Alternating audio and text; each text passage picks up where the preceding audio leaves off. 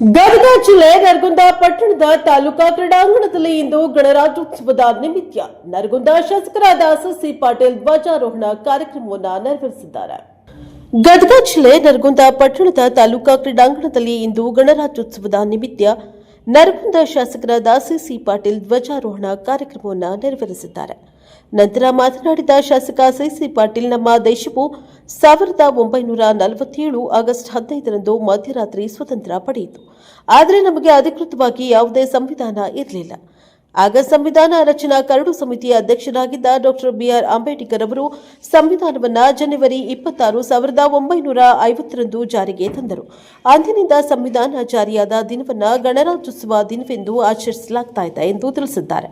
ಅದೇ ರೀತಿ ನಮ್ಮ ನರಗುಂದ ತಾಲೂಕಿನ ವಿದ್ಯಾರ್ಥಿಗಳು ನವದೆಹಲಿ ಪೆರೇಡ್ನಲ್ಲಿ ಭಾಗವಹಿಸಿದ್ದು ನಮ್ಮ ನರಗುಂದ ತಾಲೂಕಿಗೆ ಹೆಮ್ಮೆಯ ವಿಷಯ ಎಂದು ತಿಳಿಸಿದ್ದಾರೆ. Bureau report Chandrashekhar Gowda Patil, Prajapower news, Nargund. ಈ ಕಾರಣದಿಂದಲೇ ಗಣರಾಜ್ಯೋತ್ಸವವು ಭಾರತದ ಪ್ರಜಾಸತ್ತಾತ್ಮಕ ವ್ಯವಸ್ಥೆಯ ಹೃದಯವಾಗಿದೆ.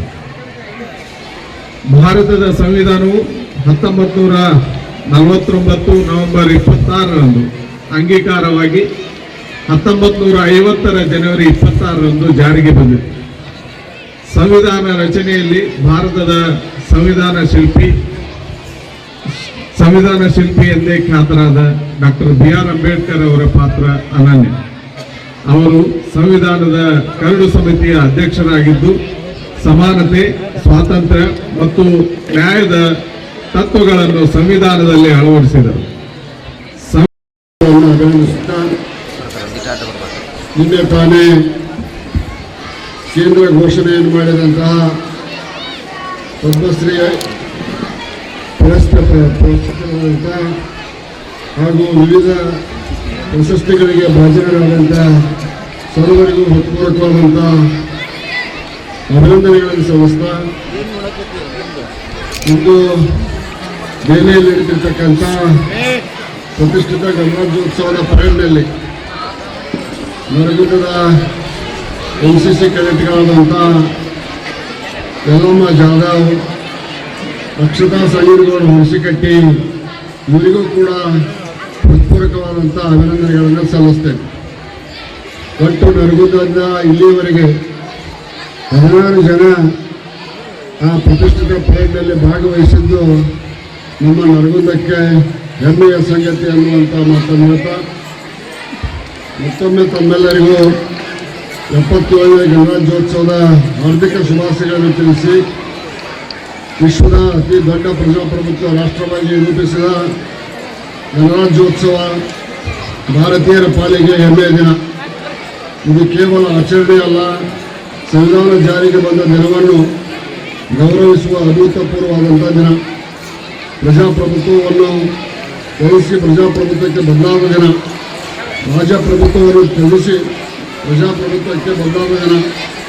ಪ್ರತಿಯೊಬ್ಬ ಭಾರತೀಯರಿಗೂ ಇದು ಅತ್ಯಂತ ಮಹತ್ವದ ದಿನ.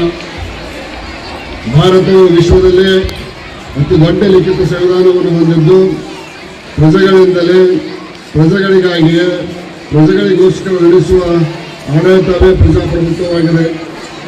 1947ರಲ್ಲಿ ಸ್ವಾತಂತ್ರ್ಯ ಸಿಕ್ಕಿದರೂ ಕೂಡ ನಮ್ಮ ದೇಶವು ಸಂವಿಧಾನವನ್ನು ಹೊಂದಿರಲಿಲ್ಲ. 1950 ಜನವರಿ 26ರಂದು ಸಂವಿಧಾನವನ್ನು ಅಂಗೀಕರಿಸುವ ಮೂಲಕ ಗಣರಾಜ್ಯ ಎಂದು ಘೋಷಿಸಲಾಯಿತು. ಇದರ ಗೌರವಾರ್ಥವಾಗಿ ಗಣರಾಜ್ಯೋತ್ಸವವನ್ನು ಆಚರಿಸಲಾಗುತ್ತದೆ. ದೇಶದ ಮೊದಲ ಸಂವಿಧಾನ ಸಭೆ 1946 ಡಿಸೆಂಬರ್ 9ರಂದು ತನ್ನ ಮೊದಲ ಅಧಿವೇಶನವನ್ನು ನಡೆಸಿತ್ತು. ಕೊನೆಯ ಅಧಿವೇಶನ 1949 ನವೆಂಬರ್ 26ರಂದು ನಡೆದಿತ್ತು. ನಂತರ ಜನವರಿ 26, 1950ರಂದು ಸಂವಿಧಾನವು ಜಾರಿಗೆ ಬಂದಿತು.